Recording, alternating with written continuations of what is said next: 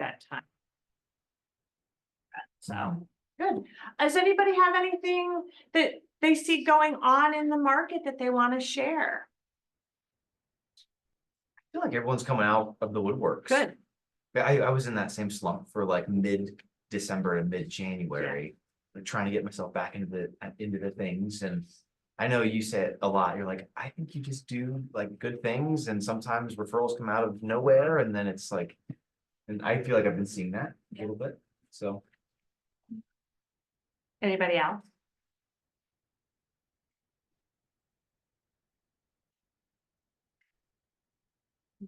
Well, one of the things that we're going to talk about today is looking at trends.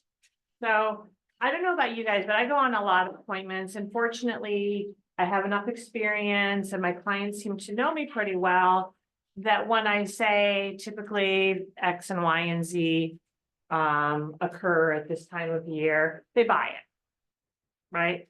At least I think they buy it.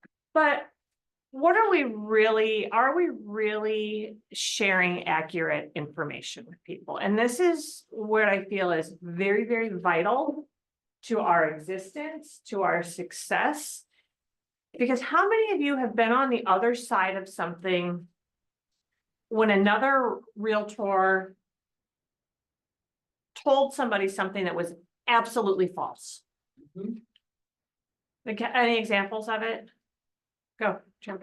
I have a client, I hope, that they called me to look at a building in June. They took the private offer.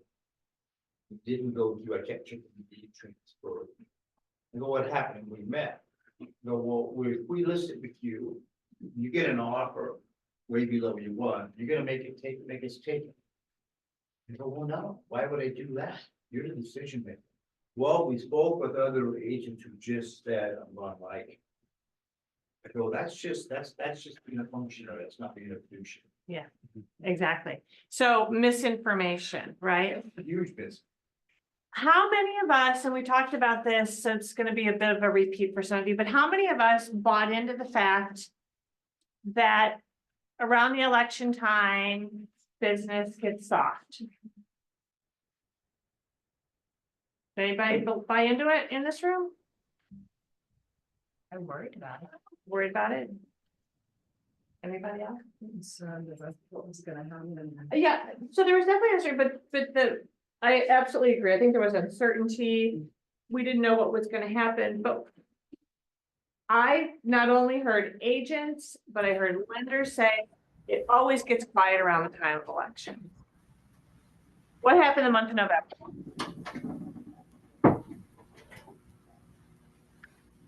In November, the market was up 3.5% close, which tells you what? That in October, people were making offers, and that was around when? Time when all of the news, blah, blah, blah, blah, blah, blah, right? So this is the point I'm trying to make. So if you sit down with a client on a listing presentation, and Sally from XYZ Realty was out there and said, yeah, this is not going to be a good time to list because nobody buys in October of an election. And Sally was a friend and a trusted advisor to that person. What's going to happen? They're probably not going to list, right? But then you go in and you say, well, that's really not my experience. And let me show you the trends and let me show you what's happening. Now, when it's October, you don't know what the trend is, right? Because it hasn't shown up anywhere. But you can look backwards at trend. You can look to the history, right? What do they always say? The best predictor of the future is to look past, right? And that's what I want to talk about today is where are the tools? What can you guys look at? What is going to be a little bit more real time for you? And then where can you really start to dial in? So hopefully these will be helpful tools for you. And this is going to be stuff that I would like to see you do on a regular basis. So when you're going on an appointment, you're not scrambling for it. Like, you know where it is, you know what metrics you want to share with people. So if you were to think about something that would be important to share with the client. Can anybody think of something that would be helpful? So I want to show you different places where you can get the data. I think, what are the buyers in your area? Like, what's their price point? If there's 30 showings in the neighborhood. I use the showing kind of on one. That shows like, it's like most of the showings were at 350 to 400. Or 400 to 450, something like that. So you want to show what they can expect from an activity perspective, is that? Yeah, based on the price, I suppose. Am I gonna close out myself? Okay. So that's gonna be helpful. So does everybody know?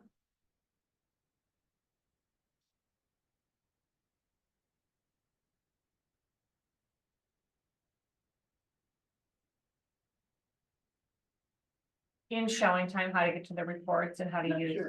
Could you go over that? We're gonna go over it right now. So step one, log into showing time. Okay. Screen share.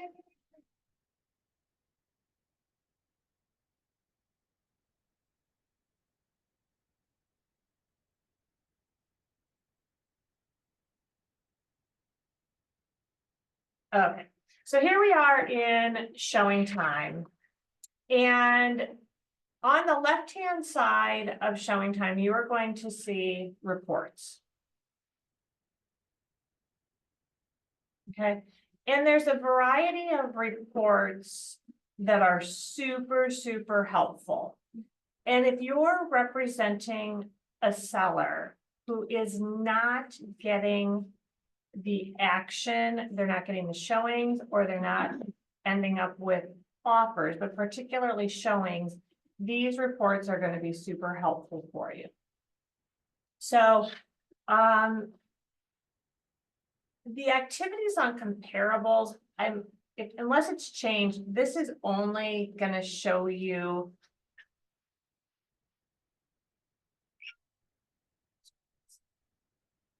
I'm just going to do a big price range for the last 7 days. Okay, so my synopsis was incorrect. This is going to show activity on literally every listing from, let's see. The price, I'm sorry, guys, this one I'm not as familiar with. Does anybody use this one? I think I do. How I use this one is I'll get really nitty gritty and super, Yeah, I don't know why it's only showing me that number of people though, because I didn't use any yeah. parameters. Let's just do 4, 3, 2, 1. And we'll submit it.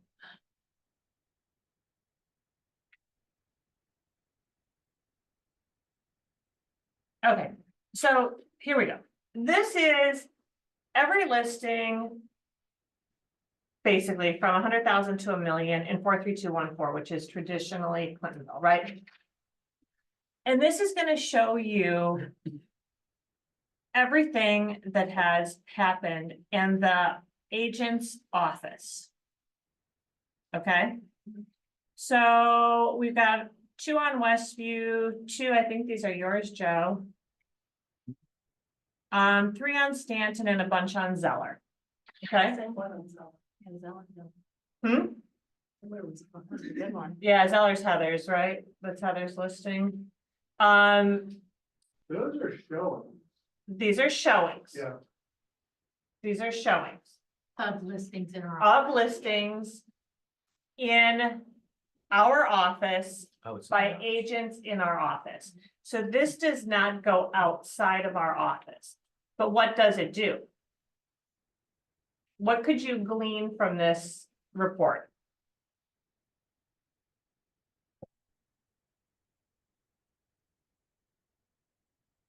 Well, our listing is Westview and our listing is Zeller. but it kind of tells me I've been a little slow on last view. Mhm. So also it shows that Zeller getting a heck of a lot more showings than I am.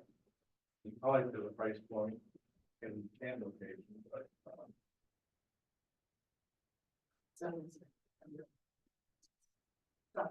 right. So if you were working a listing and you knew you had a listing coming in 43214, and maybe that price point was gonna be 375. How could you use this report? There's proof that there's 375 buyers out there. How could you use it to help your client? Compare the square footage, the number of bedrooms with what's already out there. Could you pick up the phone and call these agents and let them know that you have a listing coming? Well, you need to make sure you have it signed, don't you? Well, I'm just, Thank you, Jeff. Thank you for being, Lori, in her absence. Yes, so yes, thank you for being Lori. In her absence. but in that price point. Yeah, the point I'm trying to make, I'm just trying to give you guys Sure, thinking a little bit more out of the box, right? well, Mr. and Mrs. Seller, once we get this signed, the next order of business for me is to contact all the agents who have been working with buyers in this price point. Because I'd like to generate some excitement around this, right? Now, you could argue, well, if I throw it in the MLS, they're gonna see it anyway, they may miss it. right? They may miss it. What else happens when you pick up the phone and you call another agent? Feedback? Always find out stuff. You network, you find out stuff, you get feedback. Do you think you become more valuable to your client? Let's take it a step farther. You start to develop a relationship with somebody who might be a good fit to grow your team, who might be a good fit to bring to Keller Williams Capital Partners. Like, so many good things come out of it just by doing one good thing, right, Joe? Like, just by doing one action, all the ripple effects that occur from it. So that's one thing that I want you guys to be thinking about. If you take this tool, this extra step that you do for every listing you take to the listing table, how many other agents do you think are talking about that? I don't think any. Because it became an industry where it got really easy to throw something in the MLS. And in 3 days, it was in contract with multiple offers. We're not in that same world. We are in some pockets of the market, but for the most part, I think you guys are gonna be competing for listings. I love this tool. This was only 7 days in 43214, right? We could go back 30. You could identify certain people. What else could you do with this? Hey, Sarah. I've got a listing coming in Clintonville. It seems like you had a client who was maybe interested in another listing that our office had. Just out of curiosity, do you have anything coming in 43220? You know, like, that's what this whole thing, this is like rewinding our industry like 30 years. Like, we talk to each other, we network, we try to get things going outside of, right? That's a strategy that I'd like to see you guys employ.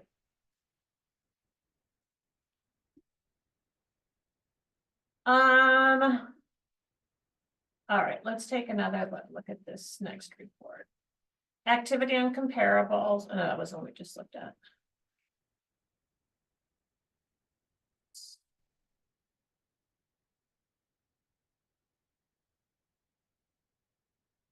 What was the first unit that we went over? Was it that?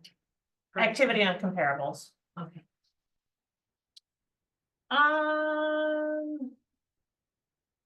This is more like,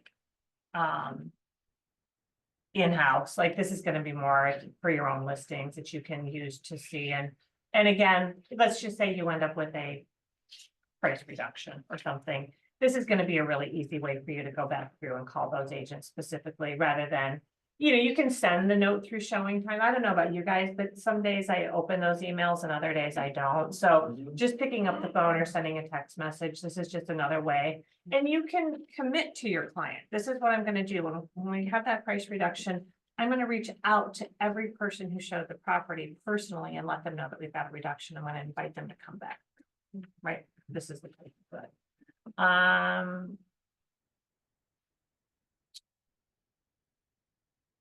Agent listing, oh, that just shows your listings. Listing activity report. This is the one I really like.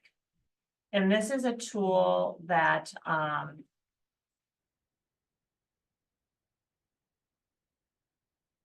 like to see you guys, use because it's got great graphics. So for people who, are more visual learners who really enjoy seeing graphs and charts and things like that. This is a listing that it's kind of strange. We listed it way back in October, but they couldn't close until the end of January, which is why there's such a big time frame on here. But if you were looking, you know, let's just say it hadn't closed. And I was having a conversation with my client, I'm gonna go ahead and download this report. And I'm gonna share all the feedback because you can download this report that shows the feedback for your listings. And it doesn't show the agent who showed it. Okay, it's just gonna show what the feedback was. If you have listings that are not selling, these should be going to your client on the weekly. You guys doing that? No? So not interested, maybe good, too high, somewhat good. You know, it's all over the board. This you will see, but your client will not see this part of it. So if you went to download this report, download.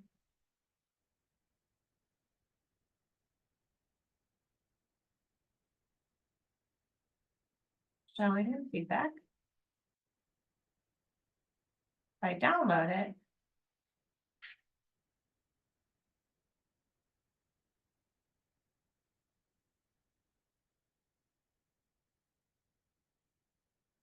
This is what the report looks like. Okay. And then it breaks it out, so most of the people were not interested at all. Most people only felt that it was in good condition. However, most thought that it was listed just right. And then it's gonna go on to show all of their feedback. When they showed it. Oh, it does show who showed it, but it doesn't show their contact information. It's gonna show their feedback. There's a different version of this, guys, forgive me, that doesn't show all of that.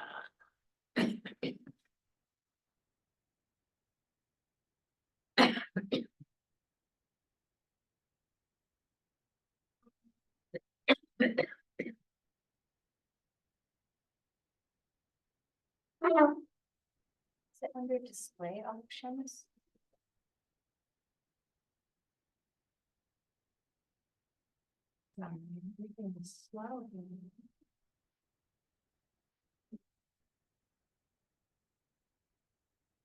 Where do you see this? Oh, yeah, yep.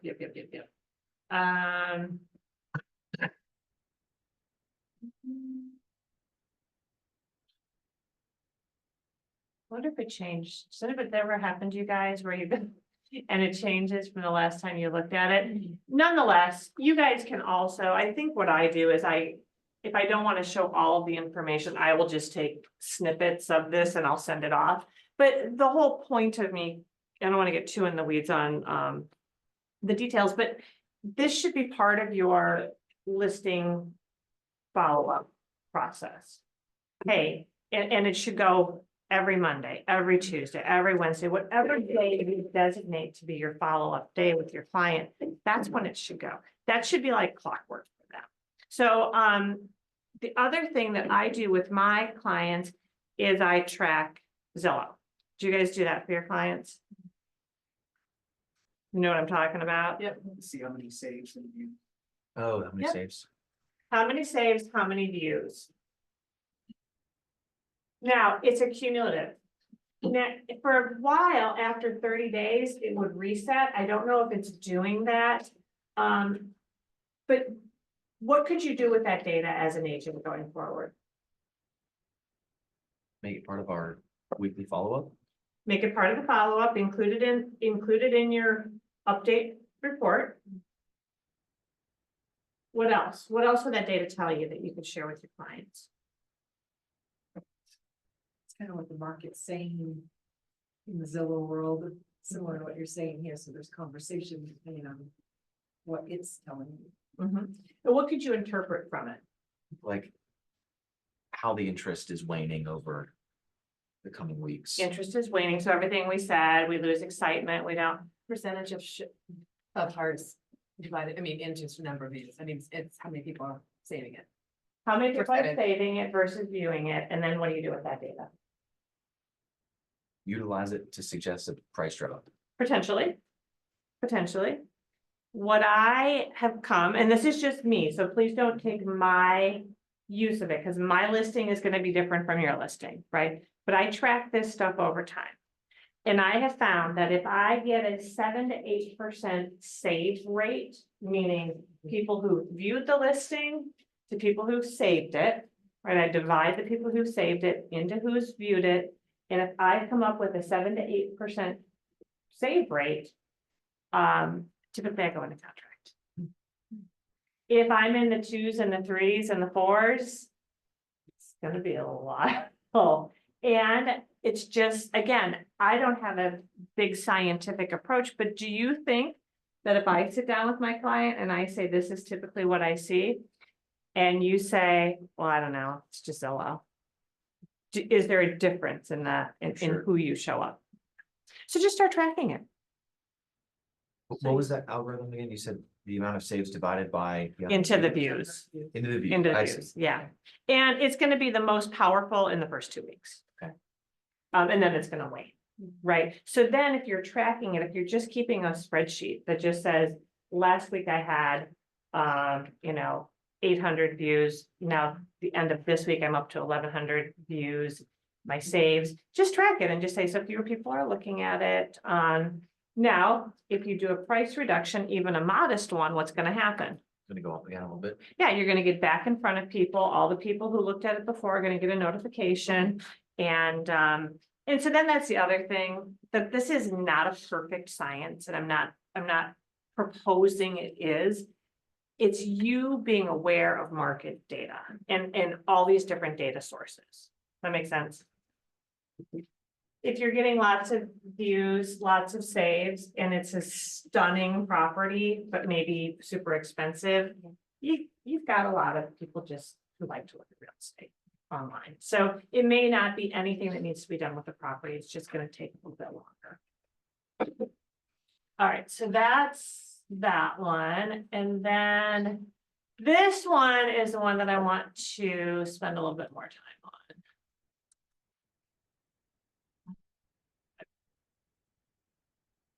Target market analysis. Does anybody use this report? Yes. How do you use it? Yes. 1 minute. Help the conversation with list price. Mhm. List price. The neighborhood, the school district, Absolutely. and I typically look at all of them. The zip code, the school district. Narrow it down. So in this instance, let's just, for curiosity, we're just gonna cover we'll go up to 3.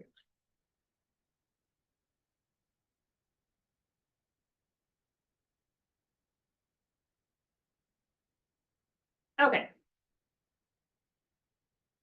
If today is the first day you're going out with a client in a while, or you're going on a listing appointment in a while, do you think it would be helpful if you knew what had been going on in the market? Or if we buried our head in the sand for a couple of weeks after the holidays, like I feel like I did, would it be helpful to know what's actually happening in the market? This report gives you so much data. So everything that you guys said about how you use it, I want you to look at it with through another lens, which is where's the action happening in the market? This is a macro view. This means we're looking at the whole market, not just the little pockets that we kind of identified that we use on a listing appointment, okay? So if you were going to do a social media post, or you were going to have a general conversation with a client, maybe you would use something like this, because this would be a macro view. So for the last 30 days, let's just see what's happened. Okay. So we can see, and it breaks it all down, actual numbers down here, that in the last 30 days, there's been over 7,500 showings in the price point of 145 to 289.9. That is our most popular price point for showings. Okay. So if you were going to list a property for $275,000, let's say, would this change how you would market, what your approach might be with that property? If you were a listing agent?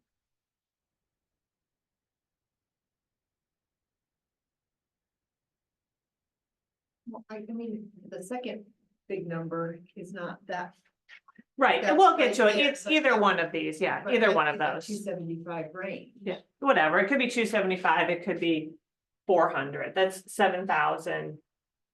Right. Where I'm going with this is if you're an agent and you're looking to grow your business and you're looking to talk to more people, would this be one where you put a sign in the yard and throw it up on the MLS and know that you're going to end up with 6 or 8 offers? Or would you build a whole strategy around what you're going to do to market that property to attract buyers, so you could actually have a conversation with them when they come in the door to the open house? And I know many of you in this room do open houses, and that's been a strategy of yours. But this might be another way for you to be looking at where the activity is. What else would it show you if you were working with the buyer in those price points? I feel competitive. Yeah. Do you think it would be fair to share this with them? Do you think it's your fiduciary obligation? Yeah. Okay, so then we see 435 to 579 is less than half. And then we see that once we get up above 725, it drops. Okay. So do you think we could show a chart like this to somebody so they understand what we're looking at and tracking? It's not going to tell the whole story. This is a macro view. Then what you can do is you can break it down into shorter time frames if you want. So let's just say we want to know what's happened in the last week, essentially. And also, especially if you're trying to list the property in those, that have a lot of showings, you could even show it to a seller that's heard that there's just not many properties being shown. For sure, yeah, or there are one of those sellers whose property is not getting shown. Huh, that's a little different conversation. Yeah. Well, that's weird, because last week there were over 2,000 showings in this price point. Now, obviously, this is macro, so we're gonna wanna take it down into their zip code, into their whatever, school district. But this also helps set you up. Mr. and Mrs. Seller, this is what the market is showing us, is that in your price point, in your zip code, we should expect, oh, by the way, it breaks it down over here that you can see the weekly average. And then the number of showings per listing average. Okay, so these numbers get pretty small over here. 3 per week, 2.5, 4. which is interesting because you'll see the numbers decrease when you get into the higher price points. But the average showings per listing increases. So somebody's in this price point, somebody's in this. Well, somebody's in this $1 million price point, let's say. And they're not getting any showings, and they're like, oh, it's the price point. Yeah, what are you inclined to say as an agent? It's the price point. Don't worry about it. You know, we don't have as many $1 million buyers. But are you telling them the truth? Maybe you don't have as many $1 million buyers, but the reality is there's fewer listings and there are getting more showings than any other price point by average in the marketplace. Does it help dispel some of the things we tell ourselves in the conversations? That's what I wanted these reports to, this is what I want you guys to be looking at, to check yourselves on a regular basis. Because what we tell ourselves is what we're going to be inclined to tell our clients, and it may not be accurate. And it needs to be, okay? This is the full market data. This is right? full, yeah, This is just- we can dial it in, yeah, we can say, what do you want to look at? What's zip code? 4308. Yeah, I didn't put in building. Okay, I'll do Clintonville in a minute. You said- As Worthington, I should know that. that's okay, Oh. 6'5" is Howell. So this is, now this looks drastically different, right? I'm gonna move you guys over here.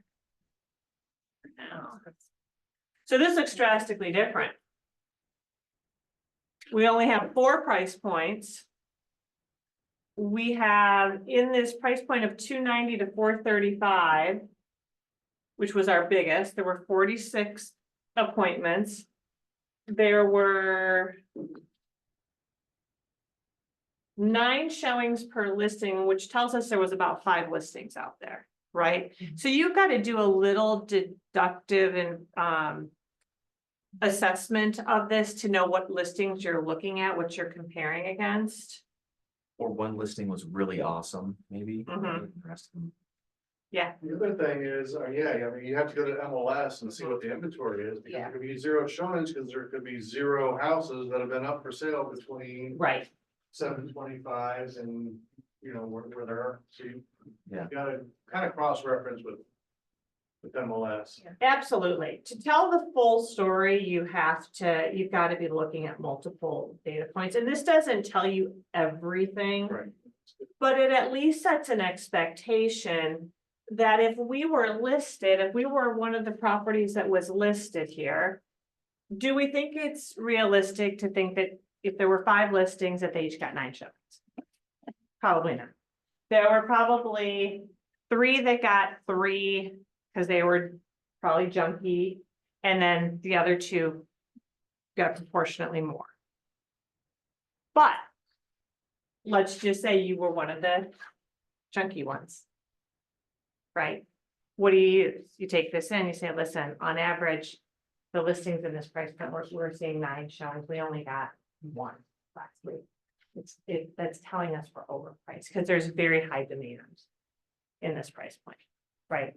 So are we having those conversations? Are they awkward? We don't really like to tell people that we messed up or that they were wrong about their list price, right? But this is our job. This is what we have to do.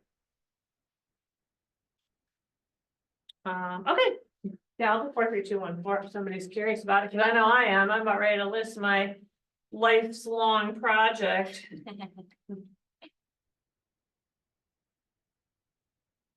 The house that you renovated. Uh-huh. And I've got really big price parameters out there. Let's just take this down to again. So then we can break these down into yeah. So there you go. So there's 4, 3, 2, 1, 4. Maybe. No, that's full market.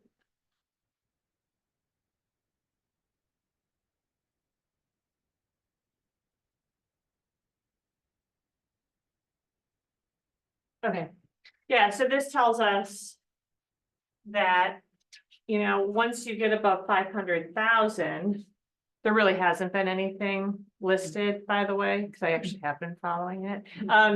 But it's It's shown, on a week there, right? Yeah. it's only a week. This is a little over. It's from a Sunday to today. And this shows us where the action's occurring. So 19 showings from 3:15 to 3:59.9. I'm guessing a bunch of those we saw were Heather's, right? That was probably Zeller. Flo, yours is where? Last, It's on, that's at $3.99. yeah, so there were a bunch of showings that were occurring in that price point too. Yeah, so. And I don't remember what was listed for 855. But anyway, okay, so that's what I just want you guys thinking about. It's when you're going out on that listing presentation, help them understand what else do. You set an expectation for the data that you're going to share with them regularly. This is just a part of it. Okay, I'm gonna stop this screen share. I'm gonna show you something else that I discovered last night in preparation for this fun. Oh, homeowner version. Thanks, Jean.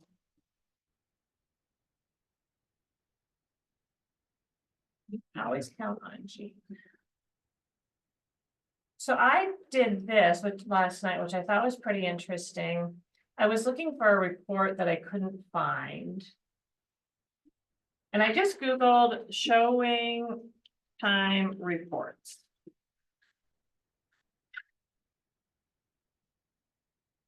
And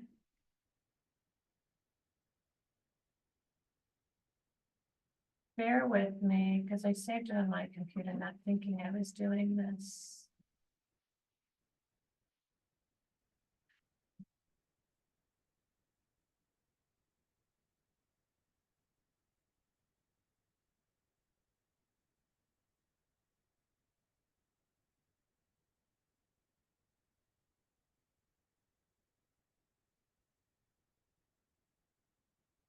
I'll find it, guys. Anyway, what was really cool is I was able to type in the zip code and it gave you this great 4-year trend chart for the zip code. And it was a whole year and it was interactive. I'll find it. Maybe that'll be the easier thing and we'll just send it out so I don't have to drag you through all of this here. But you could look. So and so is saying, well, last year when my neighbor sold, there were people just lined up for miles to get into that house. Well, you could go back and say, well, in that time frame, we actually did have a real surge of showing activity. Can't guarantee the same thing will occur, but you'll have that data to be able to share with them. And that's in 2021. Well, it is, Marcia, but it's not. Like, I had to Google it. It wasn't one of those reports. So I'll share the link that I used and I was just able to type it in and get that info. Okay. So, who uses the National Association of Realtors reports? How do you use them? Similarly to the showing time report, just to, well, on my most recent listing in Ostrander, to set the expectation, listing in January, we had the data from November. For the school district, like the average days on market was a big talking point because the seller, wanted, obviously ideally an offer within 2 weeks. And just to set the expectation that the average days on market was 38 days for the school district, just to kind of help set the. So is that the MLS or is that the National Association of Realtors? I use the Columbus. The local, yeah. So does anybody go to the National Association for reports or data things is anybody ever looking for things to share with their clients, like just to kind of spark a conversation or to get wake somebody up in conversation? Hey, Mary. Show you and just ask you to. Hey, Mary. Yes. Hey, it's Mal. I actually have been using RPR for reports. One thing that I, excuse me, that I found with a listing recently when I pulled it up, it was comping it quite high, and I couldn't find comps through the MLS to figure out where that was coming from. When I got into RPR, I was able to find that a house sold off market through Open Door for 440, which is what was, and it was similar to the home that we are going to be listing. And so it helped boost, it was a comp that I wasn't able to find through the MLS. Yeah, that's great. Thank you. RPR is a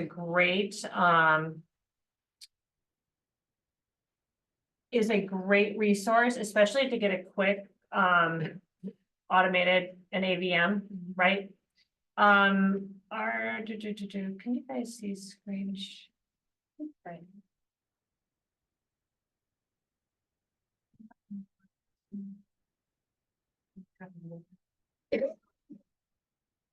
Up there, go down towards the. So I want to show you a couple things that you guys get with your membership of being a Realtor, right? So local data is absolutely what you need to focus on, but sometimes you're looking for resources and whether it's social media posts, maybe it's something you want to do a video on, maybe it's just general data that you want to share with people, because oftentimes when people are asking you about something, it's a very general question, right? And I just want you to be armed with accurate data. So here, if you go into research and statistics, there's a lot of information that you can tap into from the National Association of Realtors. Lawrence Yoon, who is the chief economist for the National Association of Realtors, he does an economic presentation annually, maybe semi-annually also, I'm not sure. But this is going to be very helpful for you to share, again, kind of the macro of what we're expecting to see. He talks about interest rates, the treasury, all of the things that impact our industry. I would encourage you to visit. This is the 2024 forecast summit in the year ahead that was done on December 12th. Okay, I'm not going to drag you through it right now, but I'm going to encourage you to get in there and take a look at these slides.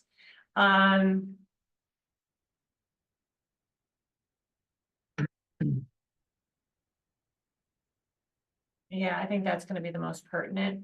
The other thing that I really love are the research reports. And if you guys haven't used these or subscribed to these, have you ever seen the information that pertains to the return on the investment? I love that. Yeah. one that you shared. Yeah, so this is where you access these reports, and NAR surveys these people all over the country, and they'll tell you what their survey methods are. But how many of us get the call from those people, like, is it gonna be worth me, remodeling my bathroom before I sell?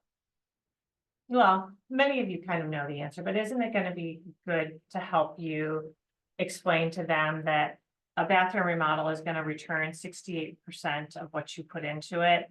And, you're gonna lose basically 32% of what you put into that bathroom today. If you're okay with it, let's go ahead and remodel. If not, let's just price the property accordingly.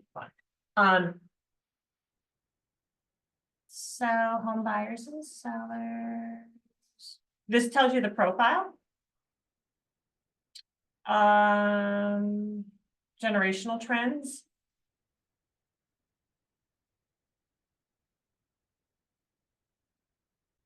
So this year, the share of made up only 3% of buyers and 2% of sellers. So people aged 18 to 24, that was the population. So if you had a notion that your business plan was going to revolve around Gen Zers, I need you to get all of them. Or another job. Millennials, 25 to 33, they are the largest share of home buyers at 38%.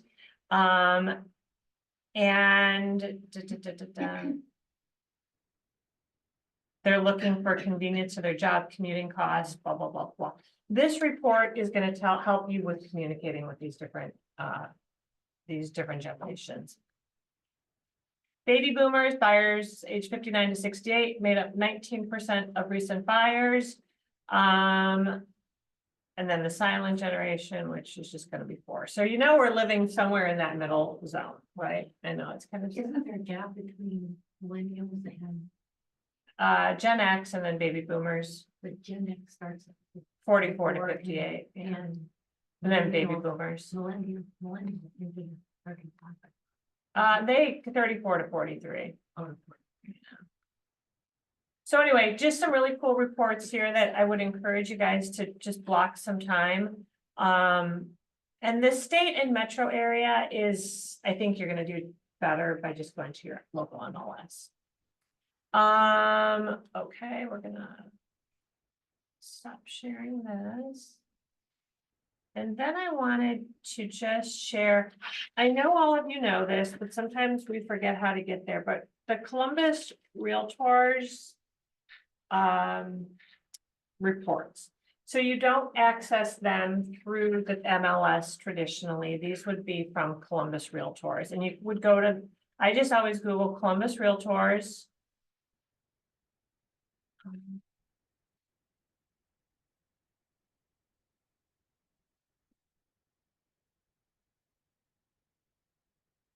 I Google Columbus Realtors and then I go to housing reports.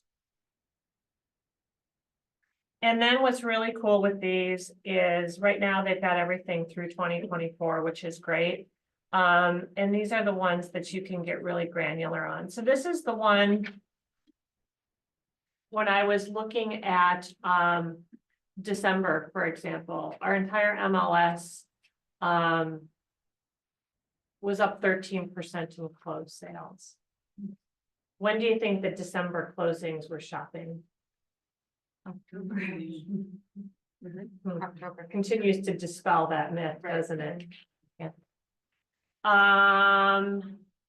So we can go down and we can look now and say, okay, Fayette County only had 13, so that was down 35%.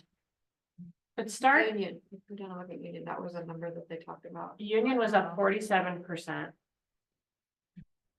in December. Right, so what's happening in Union County? Activities up. Lots of new construction, right? We're Yeah. seeing most of the Dublin new construction is Union County, so, Well, but even up in Madison. yeah. Yeah, exactly. Delaware is always one to watch too. That one was only up 3.8%. So then what do you do with that? Then you go back and say, well, how many listings were on? Like, was it only up 3.8% because the inventory was low, or did it slow down up there? So all of this just causes you to, anytime you think you know something for certain, just go back and double check it. Cause that was my huge aha in November when I was like, everybody's talking about the election, like, God, how bad is the market? And I'm like, oh God, it wasn't bad at all. It was actually up. So here we go.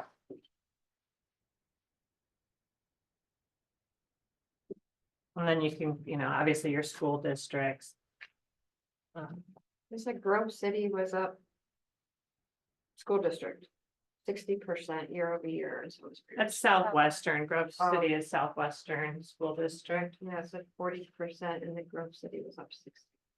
So that might be, this is just the month.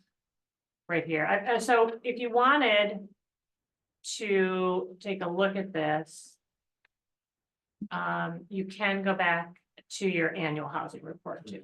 Okay, so if you want to look at it in more detail, and it breaks it down. So again, guys, these are great graphs. These are great charts that you can build in. You can use these on your social media. You can use them on your web pages. But I would, and this will tell you what your top 5 areas. This is always my favorite. Like wherever somebody lives is the most popular place on the planet, right? But there actually are some really popular places in Central Ohio. The top inventory of homes, this was one that you want to pay attention to. So you've got somebody who wants to live in Worthington, Upper Arlington, Obetz. These had the lowest amount of sales, like down 50% in closed sales. In Worthington? Worthington, Upper Arlington. So where is that helpful? You're sitting down with a buyer. This is they have to live in Upper Arlington or they're gonna die. And their price point is $382,000. How many Um, wheels? But you can show them, you can just show them the data, right? That what they're looking for is probably a bit of a unicorn, and maybe we need to either explore some other ways to find a property like that or consider some other areas, right? Worthington's. So did you guys know all this stuff was there? I Right, never your thought about the fingertips? national one, that's cool. Yeah. So yeah, I just want you paying attention to these things. And then, to But Mel's, this is common. yeah, this is close real quick. So, Mel, to your point, with RPR, the other thing I'm gonna challenge you guys to do, and I can pull it up here if it would be helpful. Are you going to Franklin County or Franklin County in particular is very, easy to look at comparable sales in a particular neighborhood. Are you guys doing that on your listings? In recent sales in the Neighborhood sales. On the county auditor? Oh. Didn't know that existed. On the, yeah, so county auditor. So this is gonna be more valuable when you have some of those more unicorn or there are a lot of private sales that are going on in Arlington and in Worthington that you guys were never seeing, right? Neighbor mentions they're gonna sell, somebody knows somebody who wants to buy, and they're coming together. And you don't have the data, to Mel's point, you don't have the data to help comp it out. The other thing is, you've got an appraiser coming out for your listing, and maybe you know your listing is a bit of an anomaly from a price point, it's high. And you need to help justify it. I would have those auditor sales ready for the appraiser, because a lot of that stuff's not gonna go through the MLS. So want me to show you where that is?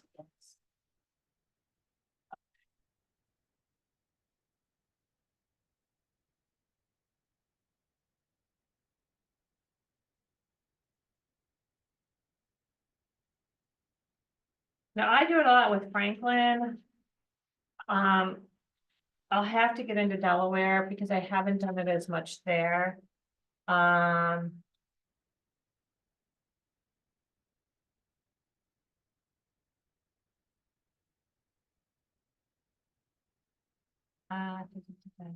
Anybody wanna give me an address, or you want me to just?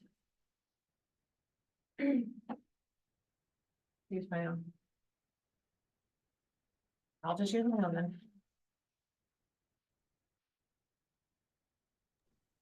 Good morning, Mary. Are you in Franklin County? I can't see I'm the gonna share screen. screen in just a minute. Okay.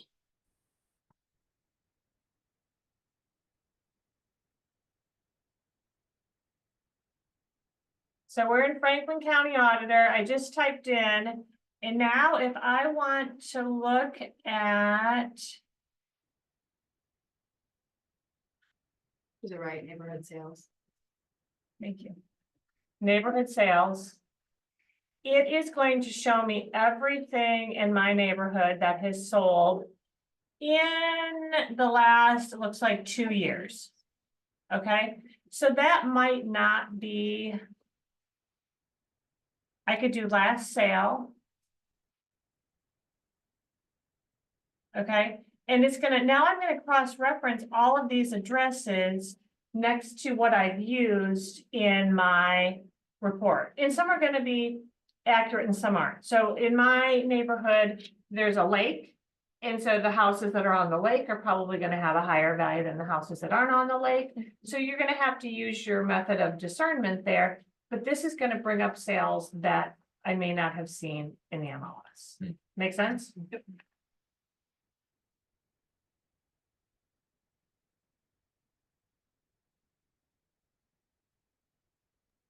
All right, gang, that's all I got today. Got reports. Any thoughts, questions, concerns? When you were in Franklin County Auditors, I'm in real estate, and then where do I go from there? Pull up a property address like you would if you were going on a listing. Uh-huh. And then on the right-hand side of the page, there's gonna be neighborhood sales. It's under the box called actions. And you'll click on, you could do proximity search, you could do, just play around. But this, I've used this one in Upper Arlington a fair amount, just because there's properties that, the transfer that you don't ever see in the MLS, and it helps you, and it'll help your price per square foot, it'll help, typically help a lot of things. Could you also go to the actual RPR website and pull? Cause You that, can. I just don't find that it always gets everything, Mal. okay, Yeah, you totally can. I mean, I think RPR is a great, it's literally my first stop. I type it into the MLS. If it doesn't pop up, I open up RPR and I print it there, or I look at it there, because it gives me the gauge. But it is an AVM, right? So it's an automated value model, and sometimes it's spot on and other times it's just not. So yes. yeah, I think I use it less for the actual value, but more for like what comps are they using to, what properties are they using to come up with that value? And then I actually go to the MLS and look at those particular properties. Yeah, I think that's great. It's awesome. Yeah, and then, but again, a lot of it, like I'm saying, is you might be getting all the data and you might not. So just use these resources to pull in, and particularly for those ones that are harder to comp. The other thing is, you've got the buyers who are looking for the unicorn, right? Well, you can go back and look to see what properties transferred in the last, let's say, 7 to 13 years. Are they the ones you're sending letters to, knocking on doors, reaching out to see if maybe it's time for them What's to? that? Lincoln, I mean, is it still 7 to 10? Was the 13 is what it's turned into, yeah. I think because of low interest rates, people. don't- Yeah, housing inventory, people don't have places to go. Plus, they were a whole lot. Yeah. Mortgage. Mhm. Yeah, for sure. Well, the startling statistic, guys, were, yes, that is true. People who do have mortgages, I think they're saying 80% of them are under 6%, okay? But what's the statistic of people without mortgages now? It's like 44, 40, or with significant equity. I'll have to get that number for you guys. So that's not gonna be as much of a motivator as it's not just interest rate, right? But a lot of it is just what's available for them to move to. So, Mary, where was that ROI report? Under the NAR, I think it was. When which screen were we in? I thought it was the home on the National Association of Realtors. I thought that's where you were talking about. Let's see, research report.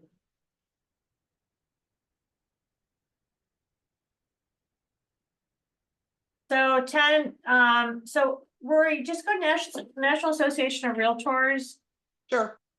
reports, and then just type in ROI. And you'll see Oh, okay. remodeling projects that offer the biggest returns. Perfect. Thank you. Not as detailed as the report I've shared with you guys in the past. Mhm. One tool. Did you guys see it in here? Did I miss it? Scroll down a little bit. I think I might have. Is it homeownership and home features maybe? Maybe. Where do you see that? Oh, there we go. Yeah, remodeling impact report.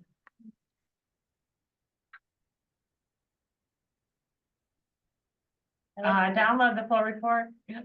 The joy score on that was cool too. So this is from 2022. Oh, the joy score, that's cute. Well, I tell people that all the time. I'm Yeah. like, are you doing it because it's just gonna make you so happy? Then do it. If you're doing it to sell, usually we're better off to not. But yeah, you can, it's 2022, Rory. Okay. I see it. Thank you. Well, thank you guys. It was a team effort. Hardwood floor refinishing, 147% return. Sweet. Flooring, insulation upgrade. And that's interesting. Yeah. So are you asking your clients if they've updated their insulation? I had a client ask me where they could get an energy audit like we used to get. Yeah. The gas company. I don't know if they still do I that. don't know either.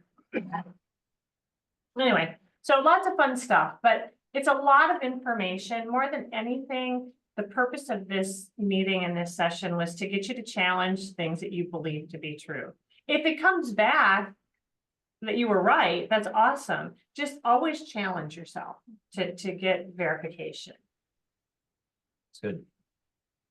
All right. Well, thanks, gang. Thank you. Thanks, Mary. Thank you.